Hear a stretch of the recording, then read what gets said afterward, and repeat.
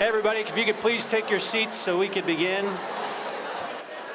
My name is Ben Bird. I'm the chairman of the St. Joseph School District Foundation Board of Directors. I'm pleased to welcome you here tonight to our 2019 Tribute for Teachers Dinner. Not loud enough.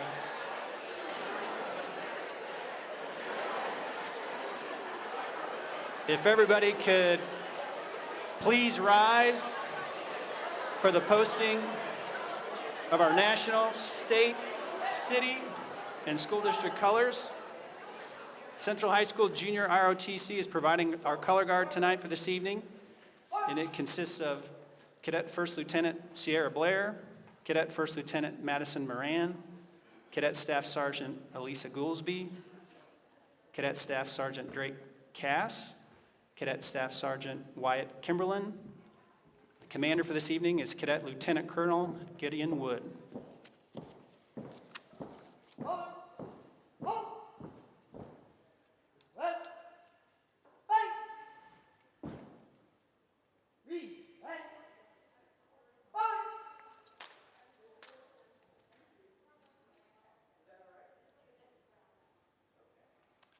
At this time, our reigning Teacher of the Year, Mark Carell from Rubidoux Middle School, will lead us in the Pledge of Allegiance. And I would ask everyone to remain standing until the color guard exits the room. Thank you. I pledge allegiance to the flag of the United States of America and to the republic for which it stands, one nation, under God, indivisible, with liberty and justice for all.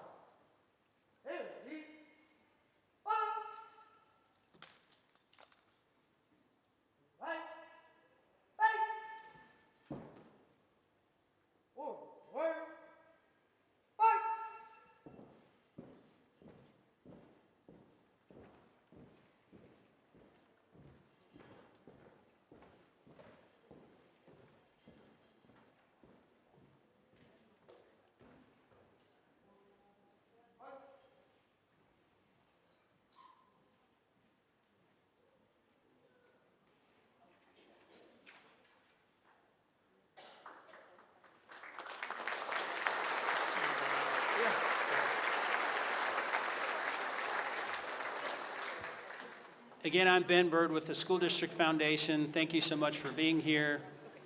This is our evening in the year to honor our teachers. Obviously have a program for award recipients and to honor scholarship recipients. We couldn't put this event on without our sponsors, all of whom are listed in the program. So thanks to those folks who are our benefactors yet again. We've got some special guests to recognize, including the individuals on our Board of Education. Just raise your hand, we'll get through these real quick. Seth Wright, Tammy Paisley, Cappy Hodges, Dr. Brian Green, and Lou Tia.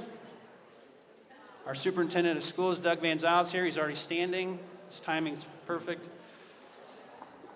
Also members of our Foundation Board that are here along with me include Kevin Kirby, Mark Carell, Todd Meyerhofer, David Richmond, Natalie Redmond, Greg Roberts, Rod Sampson, Ryan Van Dyke, and also Seth Wright.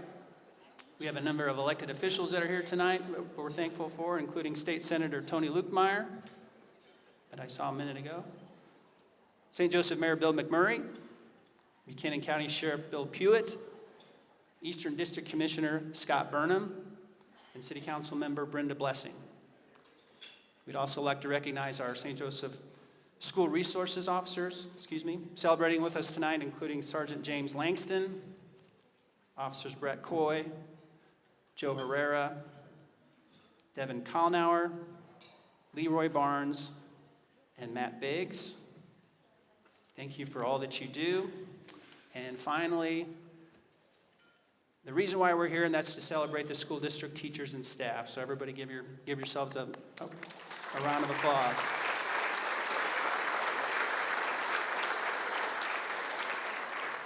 At this time, I would like Doug Walter, the senior pastor at Ashland United Methodist, to give our invocation. When Doug's finished, please begin eating.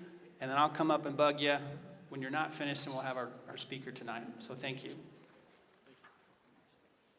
Good evening. You know, as we gather tonight, I was thinking what it was that I would say to you. You're truly not people that have chosen a career, but answered a calling. And so we come to recognize you and to give thanks for you. I was looking through in the book of James in chapter 3, it says that those that are choosing to be educators should be cautious. For indeed, it is a task with great merit, but with great challenge. And so we celebrate you tonight. We give thanks for the opportunity to be here and to recognize those that have been chosen and set apart. And so as we begin this evening, I would ask that you pray with me. Lord God, as we gather tonight, we are thankful for this room of people, people that have answered a call to educate our youth, to invest their life in a life that truly will change the very face of the world that we live in, and we give thanks for them. We ask as we gather and recognize those that are the standout from each school and for this year, we ask your blessing on them and all of their peers. We ask that you would bless this meal, the time that we spend together. May it all be to your glory and to your service. We ask it in Christ's name. Amen. Thank you.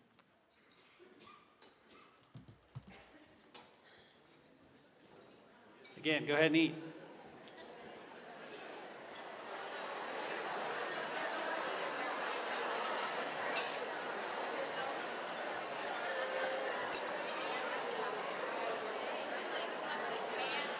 Hey, everybody, keep eating. We'll continue the meal while our speaker gives her comments.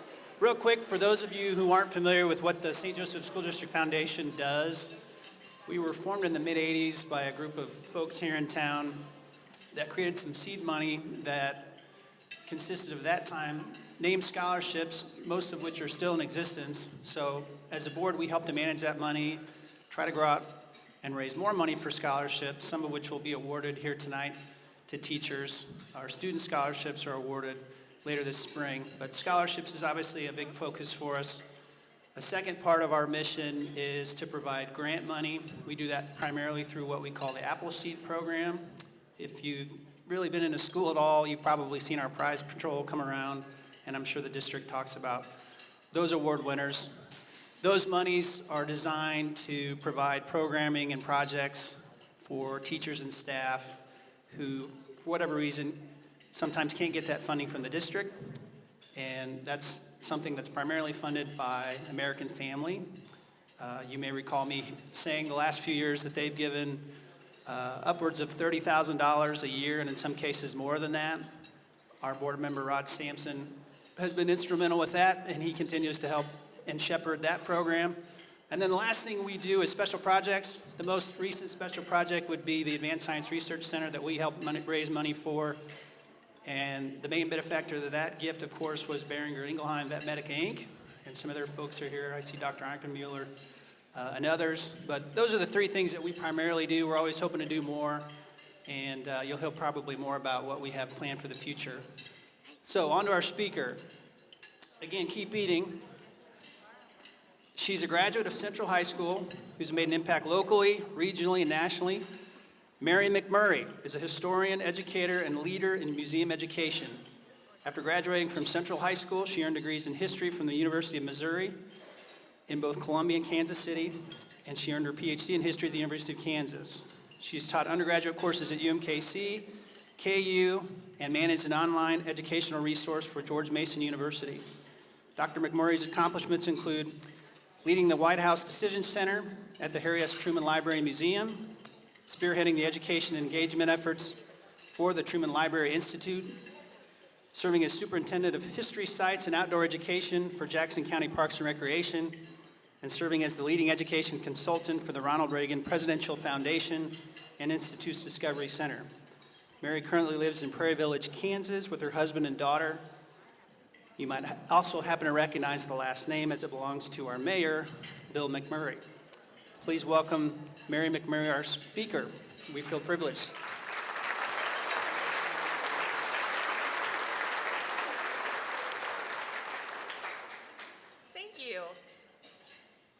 I'm very happy to be here today. Well, education is magic. This I know. It has the power to transform individuals, communities, our nation, even the world. It can light a spark of interest in the mind of a person that ends up shaping their entire life, bring people together in pursuit of a common cause, cultivate empathy and understanding when we need it most, and provide methods and examples to learn from as we seek to address the many complex challenges we face as a world. And it's because I knew education was magic, a lesson I learned over and over again. I have to stop looking at my former teachers because I'm just going to start crying. But over and over again from teachers of the St. Joseph School District that I did go on to pursue a doctorate in history and enthusiastically shared lessons from the past in the college classrooms. And eventually, my unwavering enthusiasm for creating educational experiences afforded me the amazing opportunity to lead the flagship education program in the presidential library system, the White House Decision Center. And there I was given a huge responsibility: redesign, rebrand, relaunch the entire education program.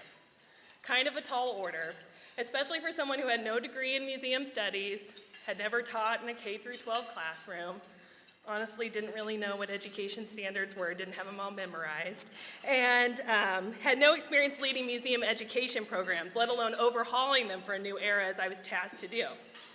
But I knew one thing, and I knew it strongly: education was magic. And if I can make other people feel what I felt, I knew that we could make a great program, a memorable exercise where people could learn. So I put forth a single mission to our team. We are going to wow students, make them say, wow. I knew that if we could make them say wow, that they would have this magical power of education. They'd see it. They'd know what it is. They'd be hooked, engaged, even enthusiastic about coming and playing president with us for a few hours. And then we could teach them anything we wanted about our Constitution and government, about the presidency and international diplomacy, war, leadership, and more. Now, I'll be honest, there was some doubt from leadership about my focus on just making kids say wow. They're like, are you going to do anything else in this program? And I assured them I would, but wow was necessary. It was a precondition. And I knew it would work, so I pressed on. And when we launched the revised program, we immediately began seeing positive results. We reached more students than ever with better outcomes. We gained new audiences, including senior military officers from around the world, corporate leaders, and university students. And like that, I suddenly had this reputation as a museum education expert.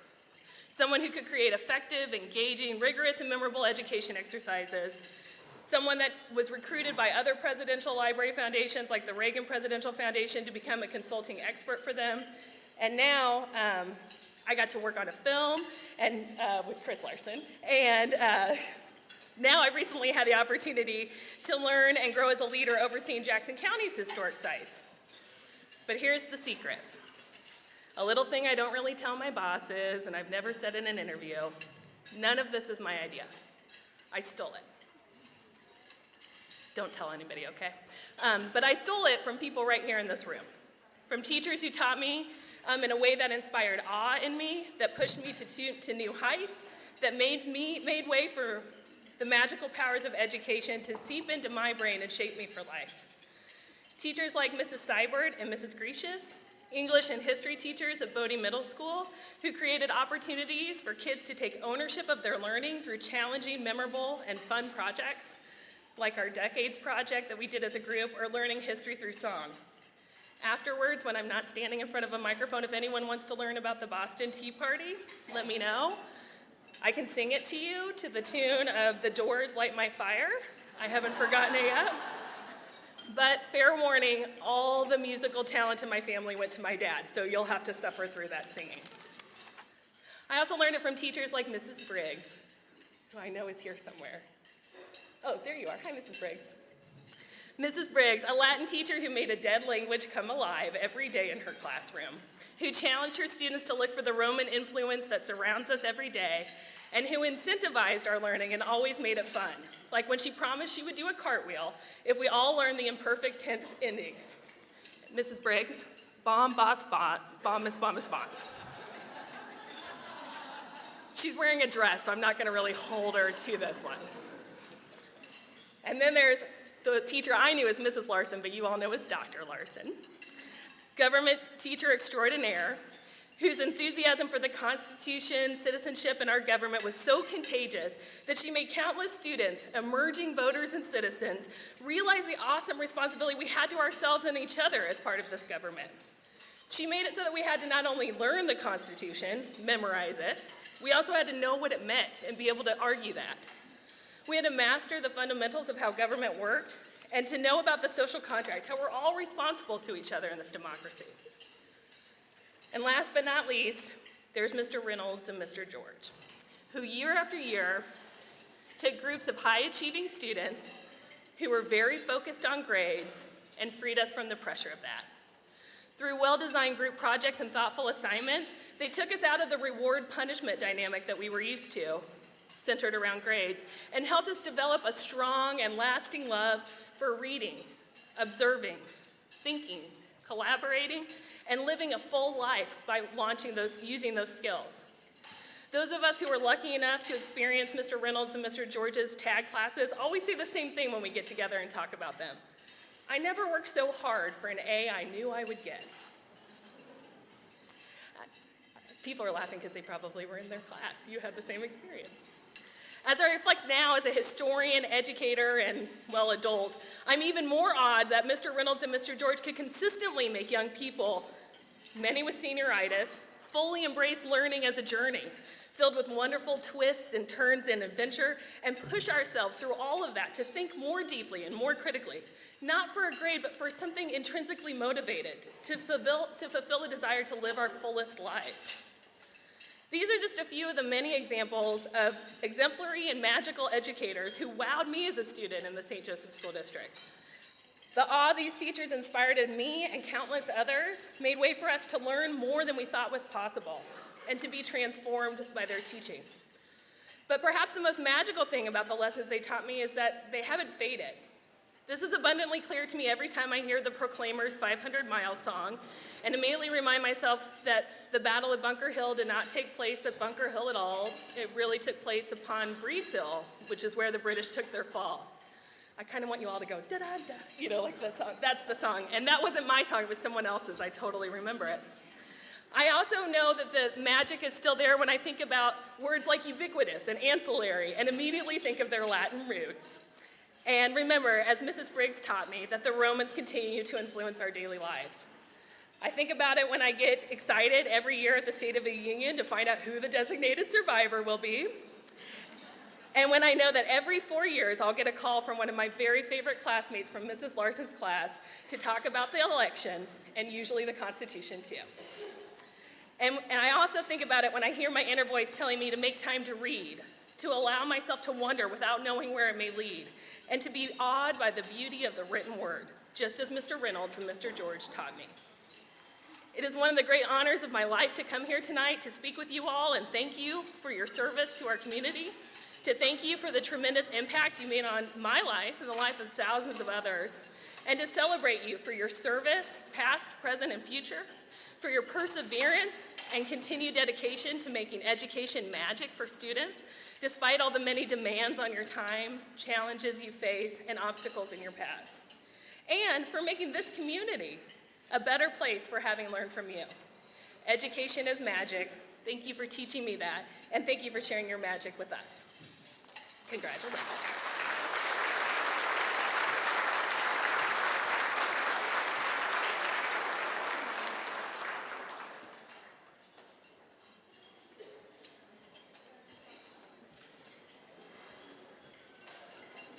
Thank you, Mary. I know Mrs. Briggs too. Mrs. Briggs.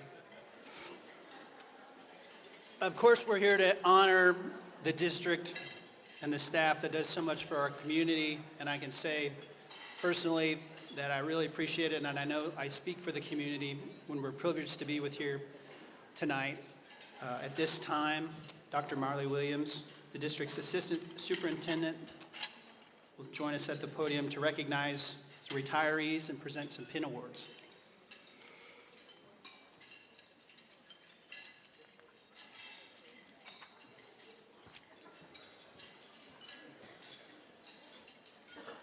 I would also like to welcome Drs. Norman and Hubbock as they will assist in handing out the pins and the certificates.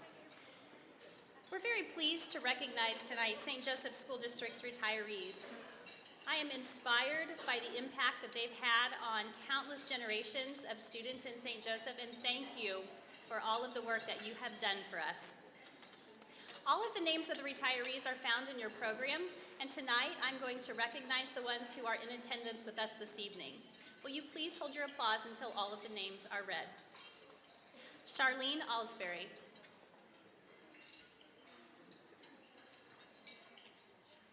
Dana Black.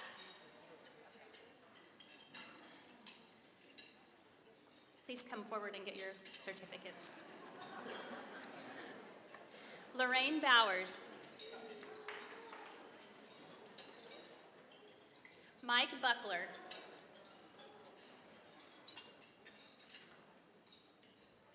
John DeLee.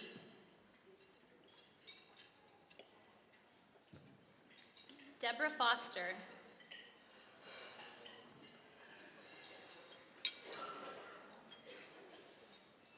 Jennifer Halter.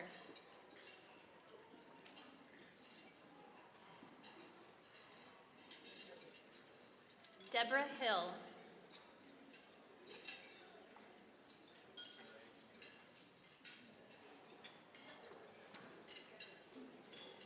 Sharon Lammert.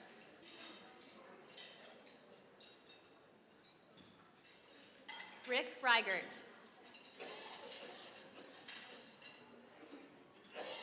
Kathy Shorba.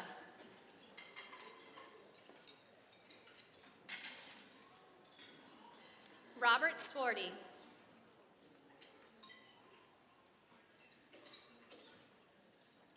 Paula Winfrey.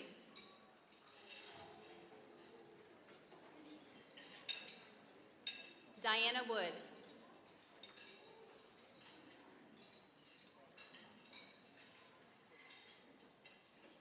Please join me in thanking them for their collective hundreds of years of service to the St. Joseph School District.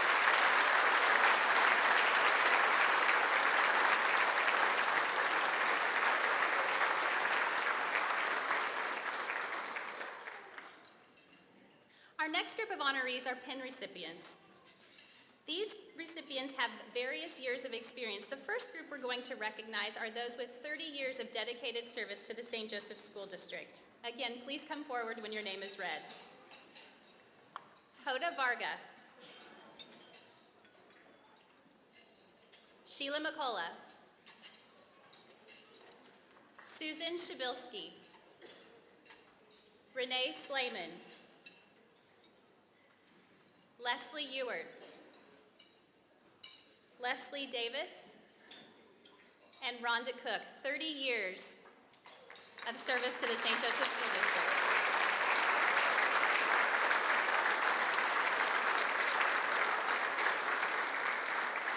Congratulations.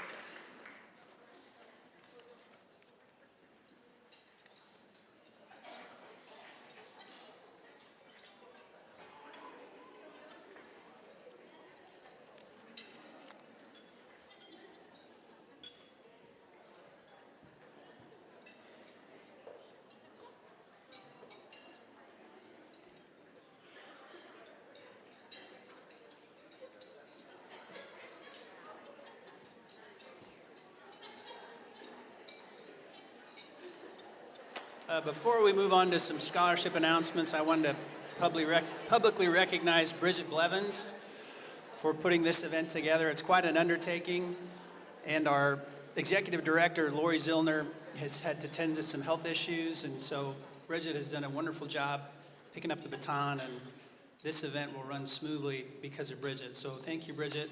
We really appreciate it.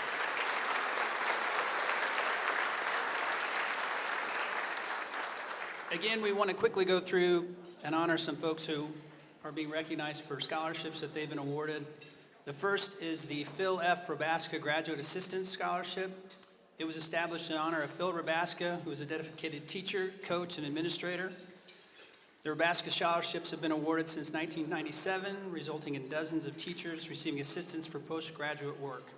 We are pleased to recognize and congratulate the recipients of the Rabaska Scholarship for this school year, which include first, Katie Schwartz Drowns, Katie's here. Katie teaches speech and debate and theater at Central High School. She will be attending the University of Missouri and pursuing a doctorate in education. Congratulations, Katie.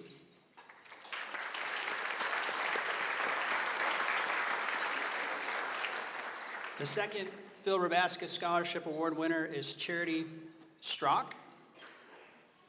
Charity teaches business education at Central High School. She's attending William Woods University, pursuing a specialist in education administration degree. Congratulations, Charity.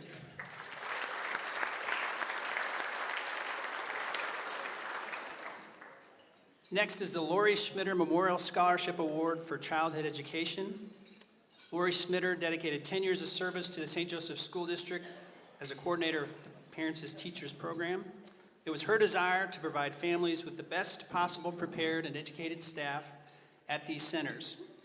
Lori dedicated her life to ensuring children ages from birth to 5 enter school prepared physically, academically, socially, and emotionally. This year's Lori Schmitter Scholarship Award recipient is Jennifer Lewandowski.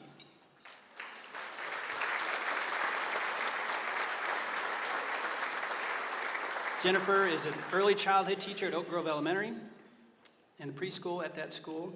She's pursuing a master's in science and special education from Northwest Missouri State University. Congratulations, Jennifer.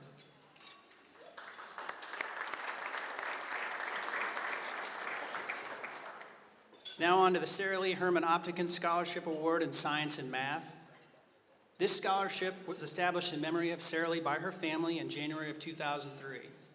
Sarah Lee H. Optikin was a graduate of Central High School, class of 1950, and a graduate of the University of Missouri in 1954, where she received a BA in education. She was a member of the Mortar Board, Pi Lambda Theta, Sigma Epsilon Sigma, Kappa Epsilon Alpha, and Who's Who in American Colleges and Universities in 1954, This year's recipient of the Sarah Lee Herman Optikin Scholarship Award in Science and Math is Shauna Gilliland.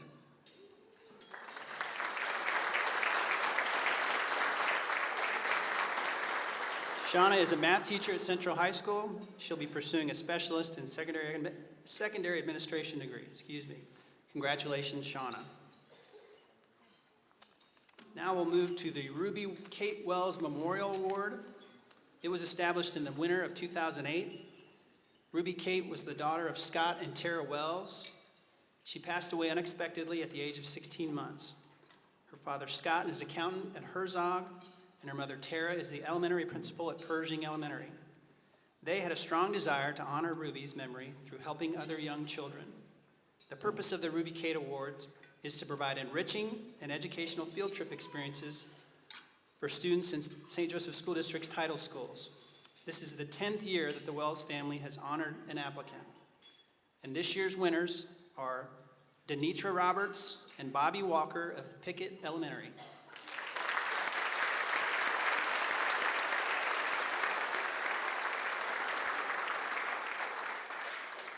Danita and Bobby will take their Pickett third graders to the American Jazz Museum in Kansas City, also to the Negro League Baseball Museum and the Belfani Ice Cream Shop. This trip was related to a PBL they did in their classrooms. Congratulations to both.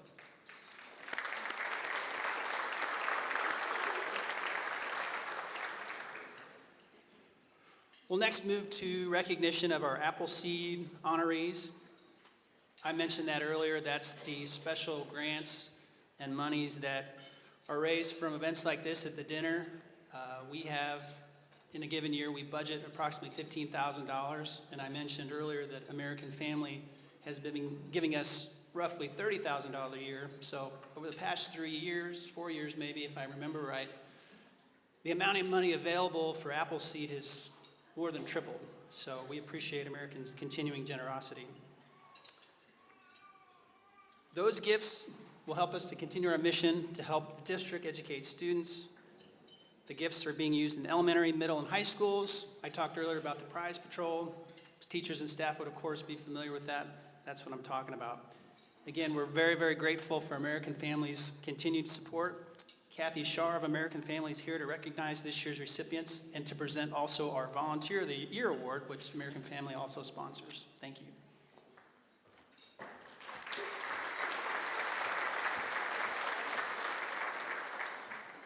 Good afternoon. It's a pleasure to be here tonight, and I'm excited that American Family supports our school district. The funding provided through the Appleseed and American Family grants bridges the gaps between what's available and what's needed. These grants give diverse and financially in-need students an equal opportunity to experience things that their families and the school district may not be able to afford. With these grants, the teachers are able to tailor activities to the student's interest, motivating each student to learn through his or her passion. This year, more than 20 grants were funded, with amounts ranging from $215 to $4,100. Would all of this year's Appleseed grant recipients please stand?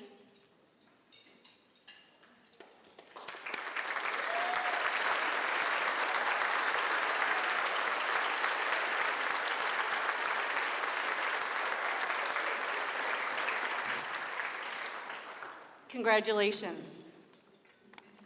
Now to the American Family Insurance Volunteer of the Year Award. It has been said that our fingerprints don't fade from the lives that we touch. And perhaps no one knows that better than all of you sitting in this room.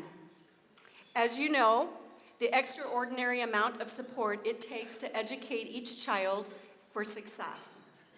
The St. Joseph School District receives tremendous amount of support from volunteers throughout the year who give their time and their talent to help students succeed.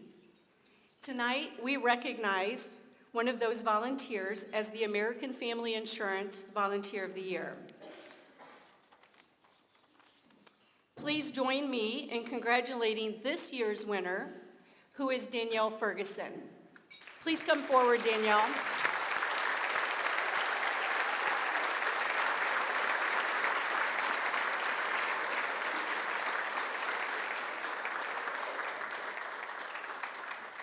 Danielle is an active member of the Ellison PTA. She volunteers every week, helping with activities in the kindergarten classrooms. She helps with events, social media for the school, and any task that makes Ellison a better place for our students. She loves to volunteer at all grade levels and often works longer hours than if she were a full-time employee. Danielle is a true supporter of the St. Joseph School District and an amazing volunteer, and it's my honor tonight to congratulate Danielle. Thank you.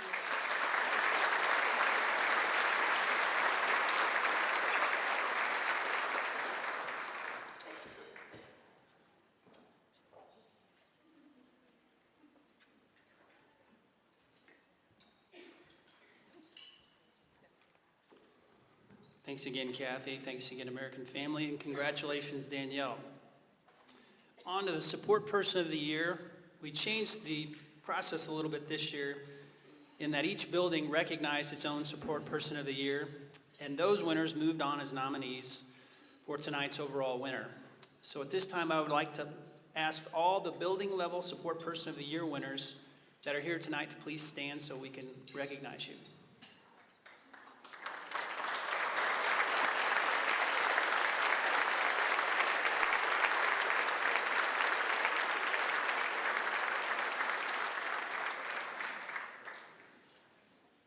School support staff include a variety of staff members who provide instructional support as well as support to students in our schools.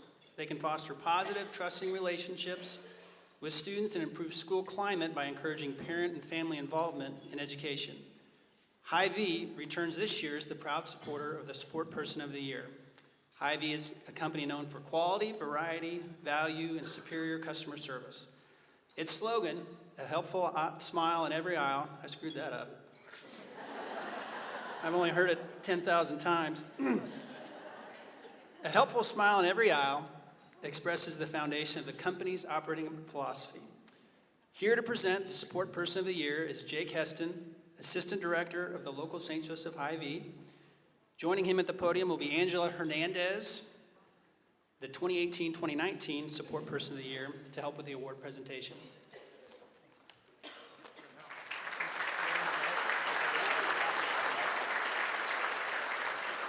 Thank you very much. I just told him where there's a helpful smile in every aisle, there's also an ad buster. So if you tune in the Facebook page, you see that.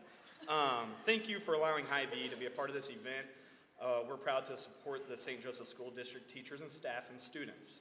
Partnerships like this are vital to the success of our district and this community. So with this year's finalists, please stand up as I read your names, and please hold your applause until all finalists are introduced. All right, starting with Natalie Atkins, please stand. Natalie is a counselor at Bodie Middle School. She provides valuable assistance to students and teachers, helps them with academic goals and their social, emotional, and personal development. She also assists them in the transition to high school and helps them discover their career interests.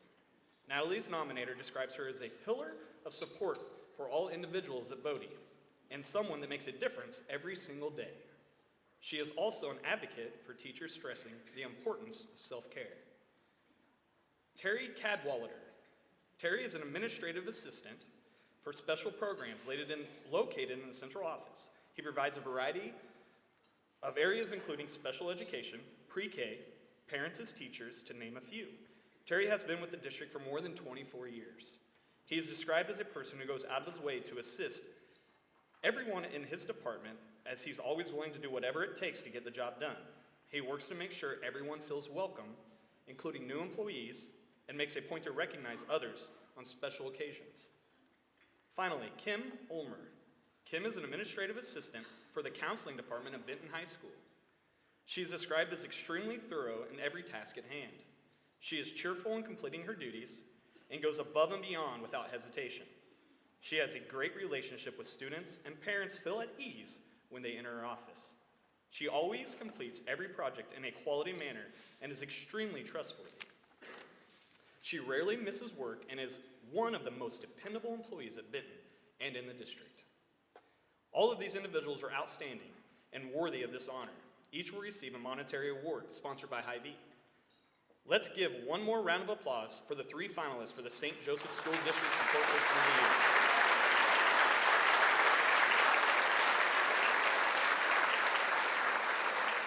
Year. Ladies and gentlemen, would you join me in congratulating the 2019-2020 St. Joseph School District Support Person of the Year, Natalie Atkins.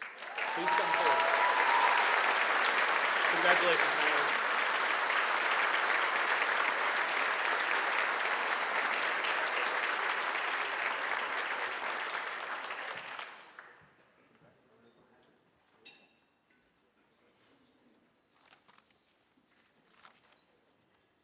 Thank you very much, guys.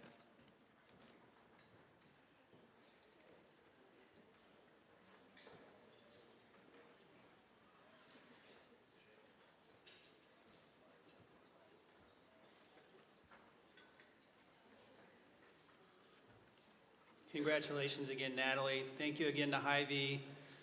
Thank you again to our benefactors, just to list a few: American Family, Gray Manufacturing, the School District, Barrick or Ingelheim Vet Medica Inc., Gray Manufacturing, Thomas McPhee Group, Hilliard. The list goes on, and I want to highlight that because without their support, we wouldn't have this dinner. It's really that simple. So I appreciate the continued support, because those same groups, not unlike the benefactors to some of these awards and scholarships, have been doing this for many, many years. They don't really drop the ball. And the Meyerhofer family is the latest example of that. And I would like to invite Todd up to the podium for him to present the Suzanne and Walter Meyerhofer Jr. Memorial Innovator of the Year Award.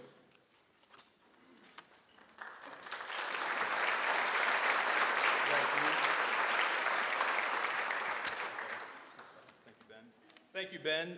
Thank you all, ladies and gentlemen. Thank you all for all the wonderful things that you do for our community and our children. And Mary, it's kind of fun to come to this event after, I think, 20 consecutive years, and to hear all the teachers that were in my generation, the teachers that I had. I think most of them that you named, I had, and I was very fortunate to have these teachers. And you are the folks that mold us into what we are today. So thank you and congratulations.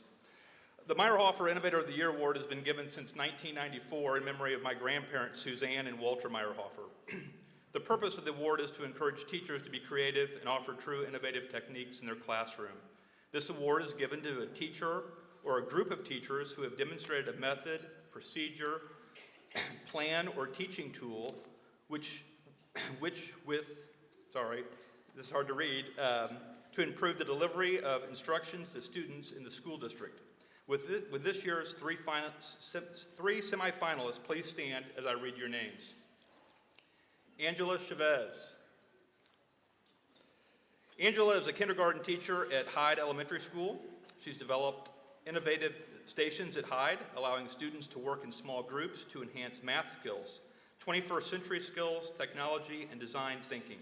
Students are able to rotate between the stations, giving them an opportunity to learn coding, participate in makerspace design, use manipulatives to answer questions, and share ideas with each other. This innovation has helped students reflect on their learning and take chances as they share their successes and failures with others.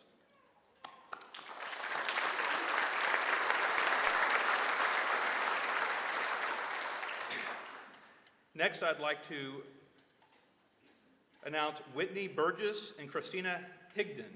Whitney and Christina are 5th grade teachers at Ellison Elementary. They've been active in leading the art of co-teaching while incorporating 21st century skills through the 4 C's: critical thinking, communication, collaboration, and creativity. This year, they were able to restructure their classrooms and install sliding doors. This allows them to co-teach, providing opportunities for interaction between students and teachers. Their experience with this innovation has allowed them to accommodate multiple learning styles in a variety of ways.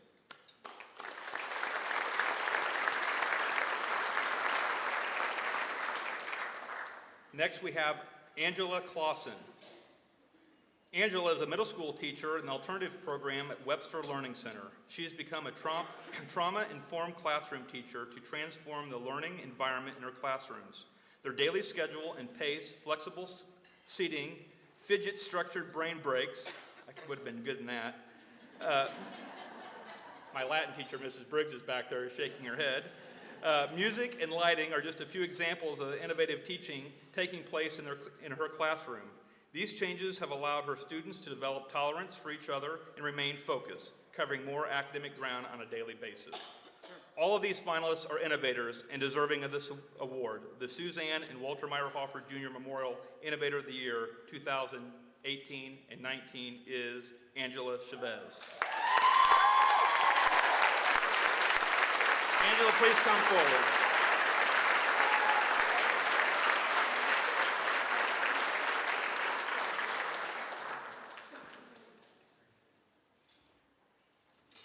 I would like to mention that all the finalists will receive a monetary award. Thank you all very much.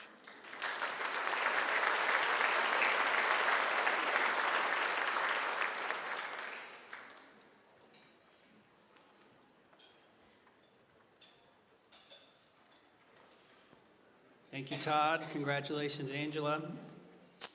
Now it's time for Teacher of the Year. This year, again, in a slight modification to prior years, the foundation, in connection with the district, went with a different procedure, and we recognized honorees at each building where they each had their own Teacher of the Year. So at this time, I would like for those individuals who are in attendance tonight to please stand so we can recognize you.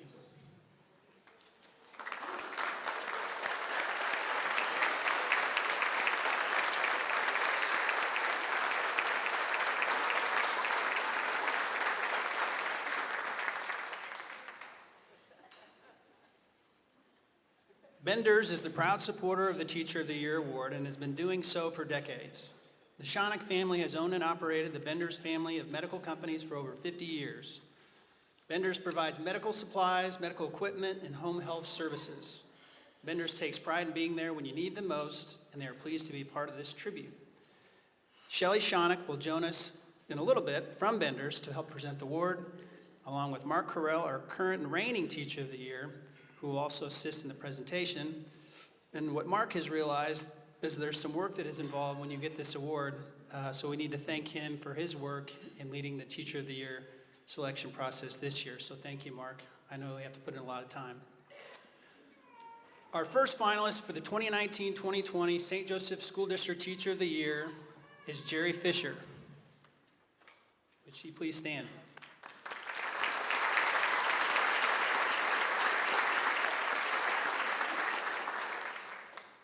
Jerry is a kindergarten teacher at Lindbergh Elementary School. She works hard to ensure all of her students are successful in reaching their potential and just as hard to be a mentor to staff members. She created a program called Mighty Flyers to help struggling kindergartners receive extra support during the day. In her time at Lindbergh, she has served on every committee, and she continues to serve on the Innovation Committee so that she can continue growing in her teaching and learn new ways to reach all students. At this time, we will play a video featuring Jerry. I think teaching needs to be headed on right with passion, but passion isn't just enough. If you go into teaching, you want to have a passion for kids, and you want to have a passion to teach, but it doesn't stop there. You need to keep growing. You need to keep learning. Teaching is evolving. It is challenging. You need to be the type of person that likes challenges, and you take it head on with excitement instead of feeling like, oh my gosh, I can't do this challenge. You want to be the type of person that just really enjoys a challenge and is excited to do that. You want to learn and grow and keep going and know that what you think is education today could be completely different tomorrow. This last school year, I got on the innovation team for the school district, and this is a completely new initiative. It has been so exciting. I've learned so much. Well, I've learned way more than I can even imagine that a person can learn, especially in the summer.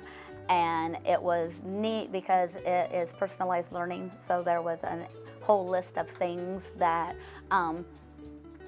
that you could decide to learn about, and then after learning about the topics, then sharing that, because a lot of things about teaching is you can learn something, but once you share it and collaborate with others, then it kind of becomes yours. And so I was able to do some topic study host where teachers came and watched me try these new things. So that was really fun too and interesting because they were new. All of this was new to me. So it's not that I'm an expert in it at all. And so I was just able to show colleagues kind of like the start, and then together we could collaborate on different ways and reflect on different ways that it could get better and grow and things like that. My greatest strength, I think, is building relationships. I know that teaching is not something that you can do alone, and I also know that who we're teaching children, and the people that know these children better than anybody is their parents, and so we need parents. They say it takes a village to raise a child, and it does. And so I just try really hard to first begin relationships with parents. I need them to let me know about their child, let me know about their fears, let me know about their anxieties, let me know about their loves and their interests and things like that. When I get that information from them, then I have a good place to start in my classroom. I'm structured and I have routines. But if you come into my classroom, I am a constructivist teacher, so kids are hands-on. They're always doing activities. They're always doing like design thinking, and we do a lot of project-based learning, so they are collaborating, they're being creative, they're working together. So it's a lot of what some people might think is chaos, but it's done in a kind of a very structured, organized way, in a way in which that the kids know and understand what our routines are, what the expectations are, but yet they are up and moving and learning and collaborating and kind of all over the room and things like that. And so it's kind of, I guess it contradicts me saying that I'm structured and routine when really kids are actively learning all of the time. So kindergarten is just funny almost all of the time. And so the things that they say are just so fun that I laugh every single day. So the other day, the rabbit's water bottle happened to fall, and it was kind of fell behind the rabbit cage. So I have an itty bitty little girl, so I picked her up and leaned her over so that she could reach down and get the water bottle. Well, when when we came back up or whatever, she goes, yeah, I could kind of feel that in my head. And another little boy goes, well, it felt like that because your brain was upside down. So just everything they say, it's just you go to work every day not knowing what they might say, and you know that you're going to laugh every day because of something that they've said.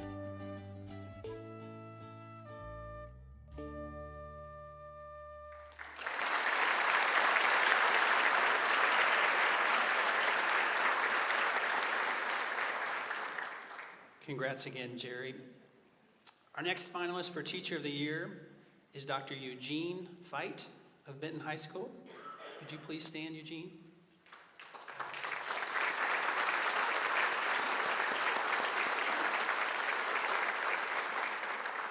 Dr. Feit is a physics teacher at Benton High School. He is described as someone who possesses the ability to assist students in a way that makes them want to take his class and want to learn about physics. Students are excited about the class and speak very highly of his teaching style. He is talented in helping students learn the appropriate subject matter while developing skills and attitudes that will contribute to their success as responsible citizens. We will now watch Dr. Feit's video. It's an absolute joy to be able to interact with kids who maybe don't realize they have unfathomable gifts and talents. And I'm getting the opportunity to interact with them and put something in their head that may have an influence on them for the rest of their life. So it's a matter of unconditional, positive respect for the children. Each day is an absolute joy to be able to interact with these kids. I explain to them, you're the only one of you there is. There's no other you anywhere. My joy is trying to understand who they are and then take something like physics and mathematics and get it out of my head into theirs. I don't know if I've ever seen a bad child. I've seen a lot of bad behavior. But I have discovered that if you offer unconditional respect, you get respect in return. If you trust kids, they are trustworthy. If they get in trouble and you get after them, they expect you to create parameters for them. My strength, I think, is I love the kids. I love working with them. I like people in general. And the kids recognize that even though what I teach might be difficult, maybe even a little bit threatening, that they can take risks, that I'll provide the support that they need, and then we're going to get through it. There were only 8 kids in physics at Benton when I started 4 years ago. There are over 100 now. The kids will take these courses that are hard if they know you care about them and if you provide them the support that they need. I think that's probably the best, strongest attribute that I have. I really do care about them, and they can see that. But the difficulty is giving these complex problems without teaching the kids how to read the math. It's like giving me a test in Spanish and I can't read Spanish. I'm not going to do very well. It isn't because I don't understand anything, it's because I can't read Spanish. If I can't read the math, I can't do the stuff. So I teach them how to read math first. After a very short period of time, once the kids recognize that anybody can do it, anybody can read this stuff and apply it. That's why I go from 10 or 12 kids to 100. I don't water down the content. The content stays the same. Just as rigorous as advanced placement or an international baccalaureate, I don't change the content. I might change the pace or the delivery or the assessment strategies. But they get the same stuff. I'm not going to pull any punches there. And they're good with it. They can see that what they're doing is just as complicated as what anybody else is doing. I had an advanced chemistry class one time where we were working with distillation of alcohols and things like that in this advanced chem class. And the apparatus requires that you heat up this solution to boiling, and then you pump it through a little glass tube that's got cold water going through it, and it distills out the different things in the original liquid. Well, one of them was flammable, and the little apparatus for one of the kids had a crack in it, and the stuff was leaking out. And when the fumes leaked out and came down over the Bunsen burner that was heating it up, it caught fire. Well, immediately then I got them all as far away from that as I could get them. And I grabbed the fire extinguisher, and it was like an antique. And this has been a long time ago, probably 40 years ago. And it said, turn upside down and bump on the table. So I turned it upside down and I bumped it, and the stuff came out of the tube, just kind of spews out about 5 feet, just kind of like a stream of stuff. So I've held it over there and I held it on the fire and got the fire put out. And about the time I got the fire put out, it starts to sputter and then it starts to work like it's supposed to. And it shot that stuff like 20 feet. And of course, I'm trying to keep it under control, and I look and there's no way to shut it off. Or at least I couldn't figure out how to shut it off. So it's just blowing this stuff everywhere. So I asked one of the kids, I said, go open the window. So one of the kids ran over and opened the window, and I just took it and I threw it out the window, out in the front yard of the school. And it laid out there in the front yard, blowing all over the place. Yeah, I don't remember much after that. I think I've kind of blanked it out, but I think I might have gotten in a little bit of trouble doing that.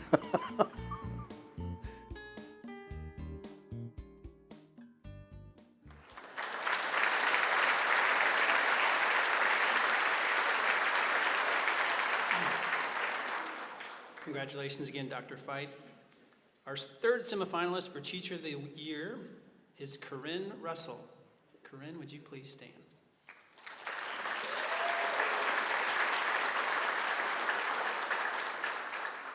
Corinne teaches foreign languages at Central High School. She is an exemplary teacher who loves her kids and works hard to make everything relevant. She never leaves anyone behind. Her instruction is differentiated and very engaging. She builds relationships with her students and encourages the love of language. Corinne even helped out as a lunchroom supervisor this year and talks to everyone at each table. She goes above and beyond with everything she does. Here is Corinne's video. I came into teaching, I was already about 40 years old, and I came into teaching with absolutely no experience. I didn't have any formal education in methodology, classroom management. I had never set foot in a high school. I grew up in France and graduated high school in France. And then all of a sudden, I received a phone call from Dr. Williams, who at the time was principal of Central High School, and I was vacationing in Yellowstone with my family. I was in a mini supermarket with very bad cell phone reception, and she said, well, we have an opening at Central High School. So I really stumbled onto that position. It didn't come, as a decision. And, I thought it was the greatest thing ever. The content wasn't hard, but everything from the first day I stepped into that classroom was difficult. The classroom management, the structure, the lesson plan, the grading, everything was new. Even though I touched on education and all the jobs that I've had previously. I worked in early childhood. I worked with practicum for occupational and physical therapy students. I did interpretive programs for museums. I always had a foot in education, but that was really how I fell into education, just by a phone call that led to me entering the classroom. My philosophy of teaching has reflected not only my professional growth, it has reflected my experience in the classroom, seeing how students react to learning a foreign language, and it also has followed the research and what research is telling us. So I don't think you can have a philosophy of teaching that's one and done, that you never look at again. I think it has to be a constantly a reevaluation of what the philosophy is and how you're going to approach your philosophy to meet your objective. Students understand foreign languages. They think it's hard, it's different, but once you put them into the context, once you put them into the atmosphere, and the key is to start right away. It's to just not, just do it, just speak, just make it work, just write, just read. Students can't do it. They think they cannot, but they can do it. There's no one that cannot learn. Learning a language is no different than a baby learning how to speak. And it's exactly the same process. And I always tell my students, you're in first grade, you're that baby, but you're on an accelerated pattern, meaning it's not going to take you 5 years before you can write. You're going to speak, read, write, and listen almost instantaneously at the same time. So just like a baby, you just give them more and more input that they can hear, that they can read, that they can see, and then they start absorbing it. They just take it in and then they use it. And then you just stand behind and you say, I think you did a good job with this, but what else could you do to make it a little bit better? So I think that's really it. Just let them do it. Step out of it.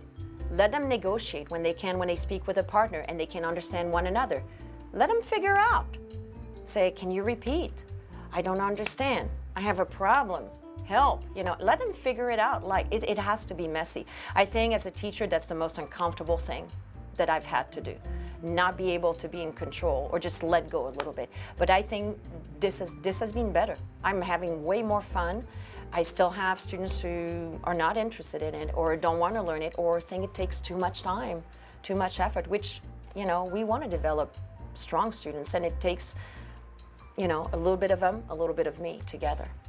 When I started at Central 11 years ago, you did not hear foreign language in the hallways. And now if you walk around the hallways of Central or Benton and Lafayette, you will hear in particular Spanish speaking. And then on occasion, now you will also hear French and then other languages like Chin. So I think there are a lot of benefits. First of all, it exposes all our students, in particular our students that are English speakers who may have never traveled abroad, to those worlds outside. It makes them realize, yes, there are people around the world that do speak different languages. So I think this is wonderful because we are talking about a world that's a, you know, global world, and where skills as a 21st century citizen is to really, you know, be culturally competent. And even if a student does not learn that language, just the fact that they are able to understand that cultures have differences and how to approach those differences, I think it's great. That's again bringing, you know, what can we do to prepare our students to be more competitive? So I think this is wonderful.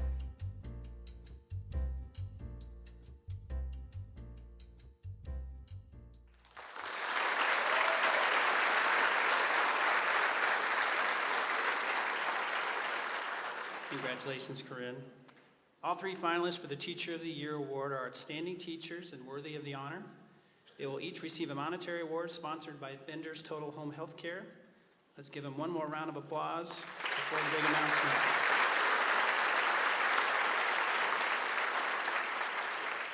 At this time, if I could please have Shelley Shonick to the podium of the Shonick family, along with Mark Carell, who's headed this way, our reigning Teacher of the Year, to make the announcement.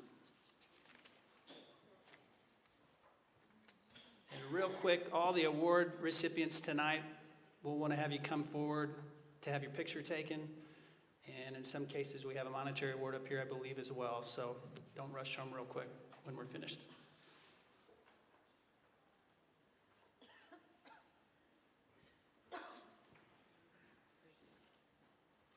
Good evening. It's my pleasure to announce the Teacher of the Year. No big speeches or anything. Corinne Russell.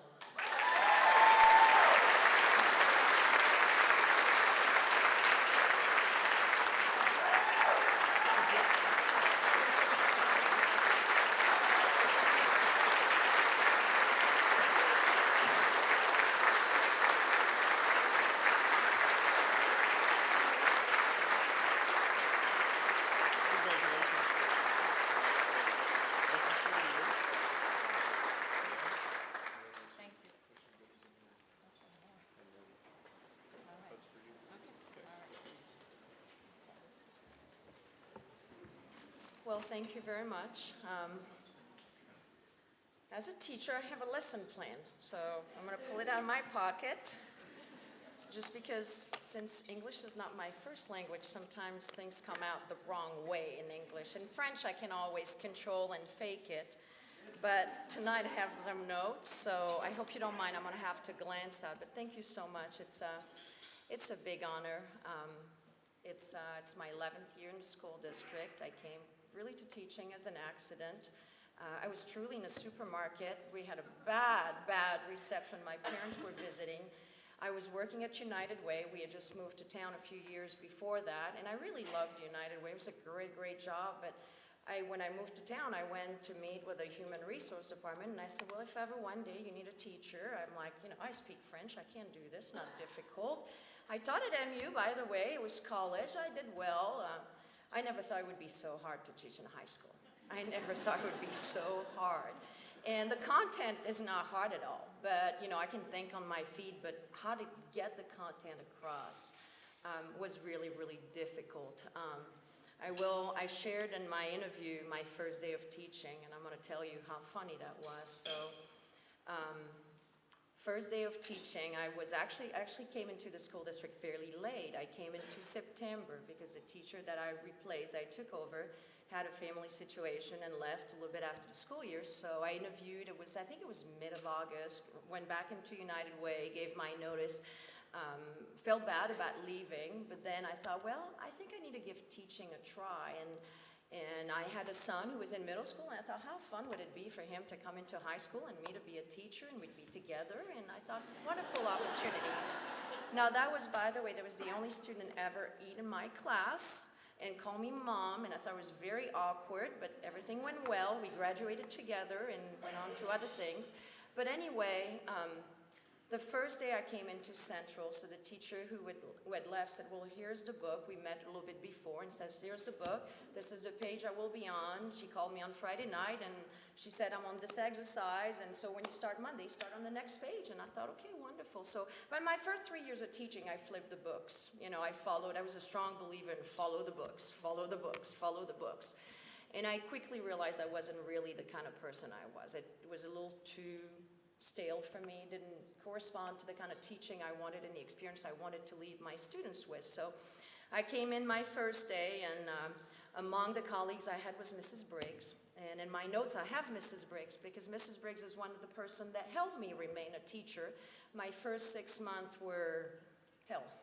I mean, my first year was very difficult. I also was in the Old Cert program. Year 3 is when I started feeling okay. Year 4 was, okay, I got this. And then year 5 decided to change it all over again. It's like, no, that's not what I'm doing. So my first day of teaching, I came in, and I swear I got all the card colors and that you can't even have. The blue pass. What is a blue pass? The pink card, the blue card, and the gold card, which no longer exist. So I had to figure all these cards and these colors in one day. And I'm not kidding. I came in with my little French satchel, a little school bag like this, because we didn't have a backpack in France, so I looked really inadequate when I walked in that classroom. And all of a sudden, about midday, bell rings, very loud, by the way. Bell rings, not on any normal hours. In Europe, you start at the hour and you finish at 55, so it's very easy. So it's 43, 55, could never figure out the time. It took me about 2 years. But anyway, and you're gonna think I'm silly, but this is really hard. When you didn't grow up in this system, this is really, really hard. So anyway, the first midday happens, bell rings, students leave, middle of the class. And I'm like, where are they going? I can't be so bad. So I rushed next door. And at the time was Mr. Ashley. He was a fairly new Spanish teacher. And I said, Mr. Ashley, they all left. Middle of the class. And he says, this is lunch. I said, in the middle of my class? And at the time was me, my book, the page, lecturing, my French grammar, my vocab list. So that first day was awful. I just swear, the first day was awful. And the first 6 months were like this, and I went to sit with Dr. Segrist. At the time, he was my evaluator, and he says, Mrs. Welch, you just have to enthuse them, he told me in October. And I said, what else do you want me to do? I'm teaching them the language. That should be fine. So my whole first few years was really, really chaotic. I have to credit a lot of my colleagues, Mrs. Briggs.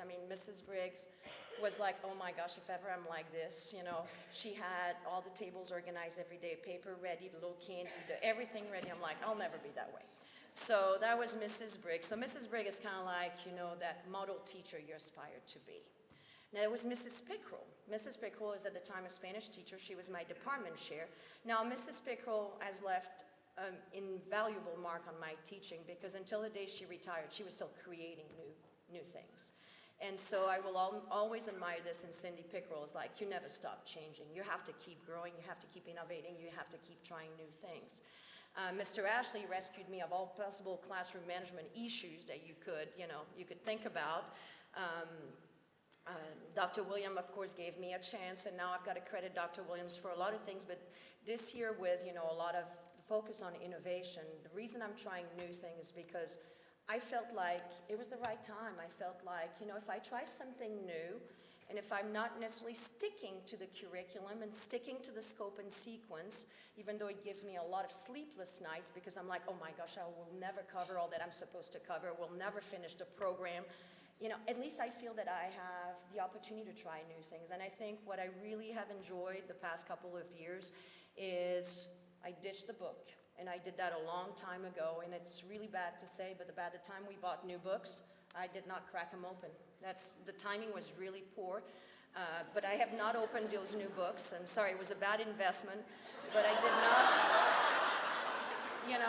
But it feels awkward. And I've got to commend all my department, because even though we have new teachers among us, our first and second year teacher, they have not opened a book either. And I think that's what makes us unique in foreign languages. We do not need a book to teach. All that I use is culturally and authentic. That means my students will no longer ever open a book and do an exercise after the other. Everything I do is create a context, is create an environment. It is serious learning. It happens. It is serious learning. It requires my commitment, requires their commitment. If they don't want to participate in it, I can't be successful. But it is serious learning.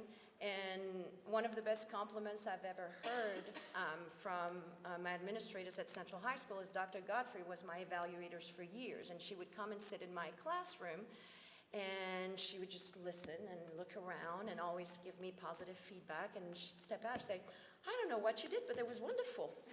So I could have done whatever I wanted. I could have been totally, not doing anything. But for me, that's the greatest compliment. If you step in any of our foreign language classrooms and you don't understand a word of what's going on, then it's what should be happening. Our role is to develop students that, in as good as we can, as good as a situation as we can, we kind of create a microcosm of what the world looks like to get them ready to go out, to use the language that they have learned, to not be shy. If you step in my classroom, my students will be talking. They will be reading. Right now, our first level students, they are visiting Paris. I have a guidebook. They're reading this guidebook. They're visiting monuments. All of this in French. Tons of words they don't know, but they're figuring it out. And they're able to learn language through culture. So I want to thank you tonight, because I think, our department, World Languages, deserve a lot of recognition. I think it's very important. I'm a product of World Languages teachers. I mean, I'm here because I had at one point an English teacher that helped me along the way. I'm here because of the support I got from, my colleagues and friends, past and present, at Central High School. I would have never stayed at Central High School if I hadn't had all the support. I want to thank my husband, because he's very, very patient. He's also an educator.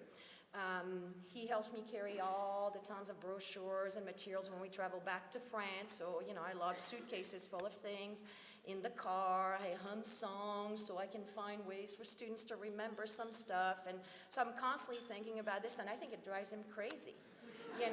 I just think being a teacher, you never stop. You always find the opportunities. You don't find them, they come to you. And so I just want to thank everybody for, recognizing all the work that we do in our classrooms. I would like to thank Bender's Home Care and the foundation, the St. Joseph School District Foundation, as well as the other finalists. It was a pleasure. It's always nerve-wracking to do these events, but I just want to thank you. I think, I'm glad where I'm at. I will not leave the school district. I don't wish to go anywhere else. I enjoy my students. And I think in great part it's because of them that we keep trying and doing better things and bigger things. And with Mr. Hostler, who's my Latin colleague, we are, I think, probably the rarest teachers in the school district to spend multiple years with our students. I spend up to 4 years with my students, so I see them getting older, which is a good thing, and I see myself getting older, which is not always a good thing. But I mean, not many teachers spend multiple years with their students. Mine stay 1, 2 years for a lot of them, 4 for a few, and this is just the most amazing experience. So thank you so much. Thank you very much.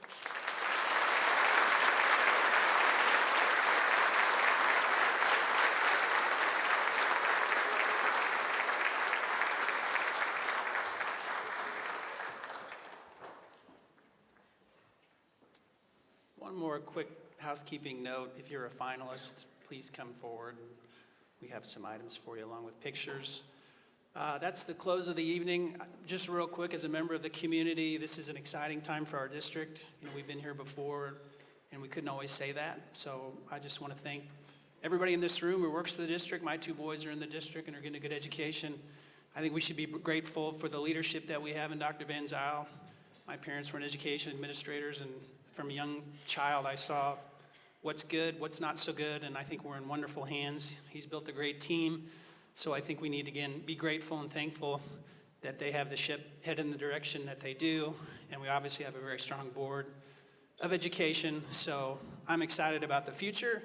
Hopefully we can keep the momentum going with the passage of the levy, and I would encourage all of you to stay involved, stay engaged with the facility study and the different things that the board and the superintendent and his staff have in store for us, because like I said, and as you know as well or better than I do, the last few years were a little tough, so it's been fun tonight. Thank you, thank you, thank you, and we'll see you again next year. Again, come forward. Thanks so much.